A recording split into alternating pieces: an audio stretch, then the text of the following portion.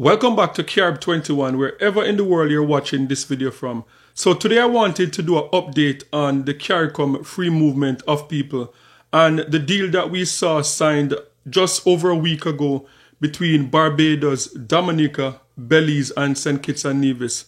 And to me that is a big win, especially for Barbados. And I know in the last video I expressed my opinion that there's no way, I don't think that it's possible that we're going to see all 20 CARICOM islands being a part of this. That is not going to happen. And I also compare this to what we see with the Caribbean Court of Justice, the CCJ, that only 4 CARICOM member nations feel comfortable signing on to the Caribbean Court of Justice, even though the Caribbean Court of Justice should be the final court for every single member of CARICOM, but only 4 or 5 feel comfortable doing it so far. So that is the same thing I believe that is going to happen to the free movement of people. And I've been having conversation with different people, and people are confused because people think that I'm being negative about this when I'm saying that there's no way. I think that, say for example, Trinidad, Jamaica, Haiti not going to be a part of this movement. And people are comparing this to Europe and saying that if Europe can achieve a free movement of people, then CARICOM should be able to do it. But the European Union is different. The European Union, remember the European Union, 27 members of the European Union, they are big first world nations.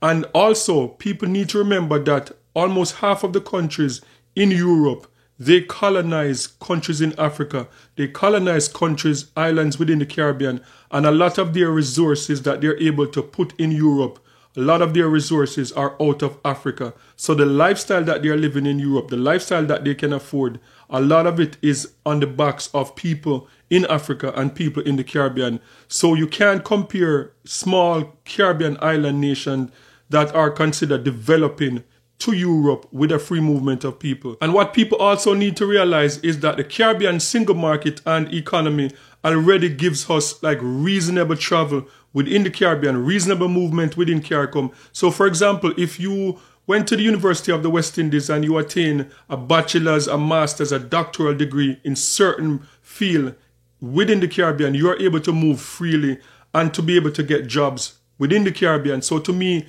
that is reasonable movement of people, because the last thing any government would want in the Caribbean is for someone from another island that is just sitting at home, not working, not ambitious, and not being able to contribute to their economy, to be able to have free movement, to just move to any island that they want without contributing to the economy. So I believe that what we have so far is working perfectly. And as I said, this deal, especially to have Belize in it, because I did not see this one coming in terms of Belize being a part of this deal. I thought it would have been Antigua, Barbuda, St. Lucia, but to have Belize in it, I think that this is a good move. And as I said, this is a big win for Barbados, because Barbados, I've stated on numerous occasions that Barbados is the glue that keeps CARICOM together. For whatever reason, for the past, since CARICOM exists, Barbados have always been willing to step up to be the driving force behind CARICOM. So today I want to react to a video coming out of Barbados from David Commission. And David Commission is an ambassador to CARICOM, and he is one of the loudest voice out there for whether it's the CARICOM single market economy, free movement of people. He's always out there lending his voice to CARICOM, to CARICOM being this one united block. So this is coming out of Barbados, and this is about David Commission, and he's updating the rules. The deal that was signed between the 4 islands is updating because apparently there are some false information out there that people are thinking that, look, anyone from the Caribbean can just go to Belize, anyone from the Caribbean can just go to St. Vincent and the Grenadines, or they can just go to Barbados. No, the islands, the 4 islands that signed on to this, they are a part of, it's like a bubble.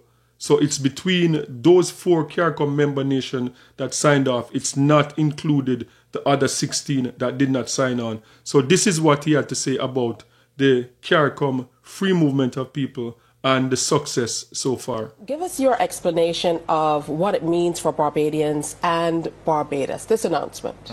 Well, you know, this was the big success of the just concluded CARICOM Heads of Government Conference in Jamaica. The fact that we are finally going to have the full freedom of movement regime. This is something that we have been trying to achieve for decades now. We have finally done it. However, not all CARICOM states are as ready as others. So the 4 member states that said, look, we are ready to start now are Barbados, Belize, St. Vincent and the Grenadines, and Dominica. So come 1st of October, these 4 will start. What that means is that the regime will be only for those 4 countries. So the citizens of those 4 countries will have the right to travel to live and to work in these countries without the need for any work permit or any residency permit. When they enter and they start to live and work, they will have certain rights. They will have the right to be treated like the citizen of the country in terms of primary education, secondary education, emergency health care, and primary health care. So what it means for Barbados is that 2 things.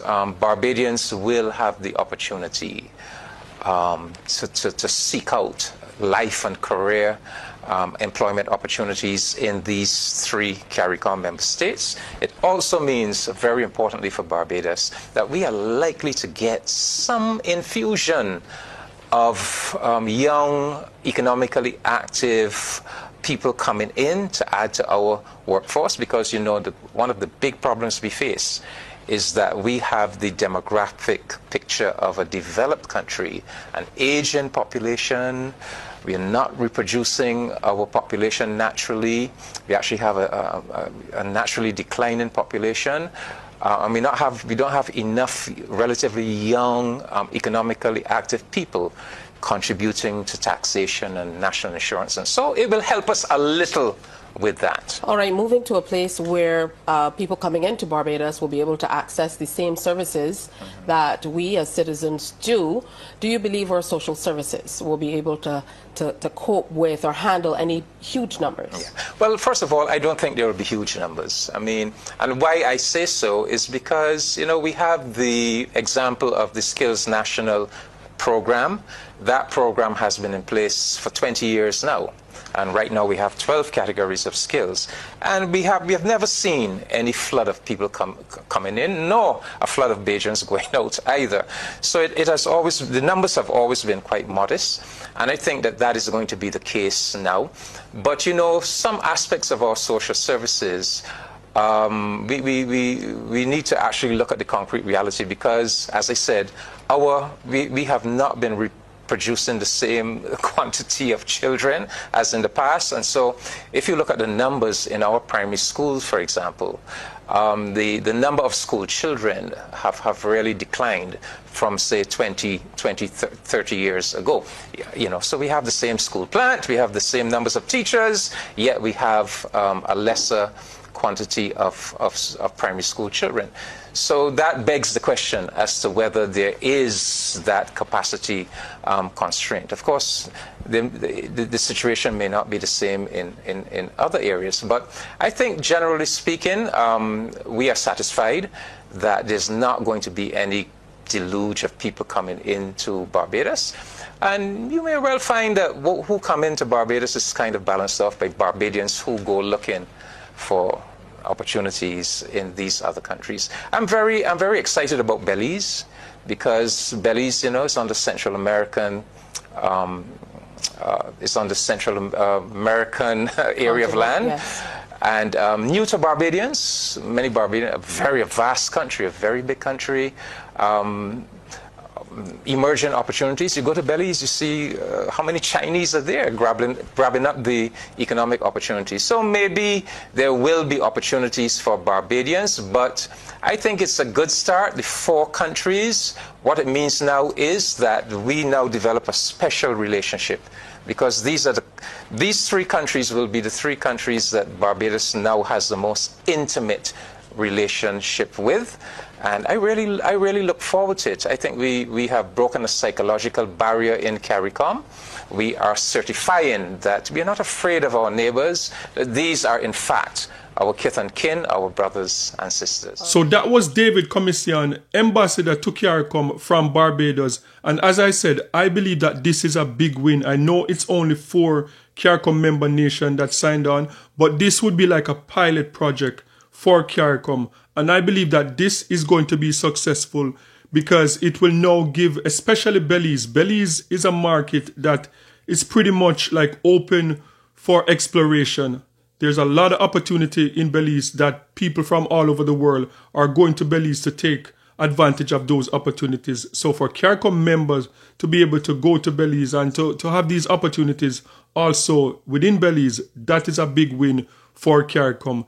And one of the things that a lot of people don't really realize, because the information is not out there as much, is that the OECS, the Eastern Caribbean Islands, they pretty much have a free movement deal between those islands that are part of the Eastern Caribbean Islands, and where you can see someone from St. Vincent and the Grenadines going to like Antigua, Barbuda, or going to St. Lucia much easier than someone from, like, say, Trinidad and Tobago, Jamaica, or Guyana going to those countries. So they pretty much have a deal between the OECS members that, look, it's easier to move, like more of a free movement between those members. And it makes sense because, as I said, I believe that the Eastern Caribbean, that block is very successful compared to CARICOM, where you see the EC dollar, you see the EC central bank, you see the EC justice system. They have a final court for the Eastern Caribbean also. So I believe that they have something going on there. So this is, as I said, this is a big win. This is a big win for CARICOM. And we'll just watch and see the others. How long is it going to take for more members to join on to this free movement of people? So guys, sound off in the comment section. Let me know your thoughts on this one so far. What are your thoughts about the free movement of people between the 4 CARICOM member nations that signed on so far? And do you agree with me that this is not going to be open for every single member nation? Not all 20 will make it in this free movement of people. Because even though right now Haiti is going through their turmoil, I believe that when Haiti gets things together, they form a government and they get rid of like most of the gang stuff that is going on in Haiti. I believe that it is still going to be hard for Haiti to make it on this list in terms of the movement of people. And I feel the same way about Jamaica, because based on population, it would be very unfair to ask a St. Kitts and Nevis with just 100,000 people to just open their doors to the possibility of 3 million Jamaicans and over 11 million from Haiti. I just don't think it's going to happen. So sound off in the comment section. Let me know your thoughts on this one. And don't forget to like, share, and subscribe for more amazing content. And remember, peace. I'm out.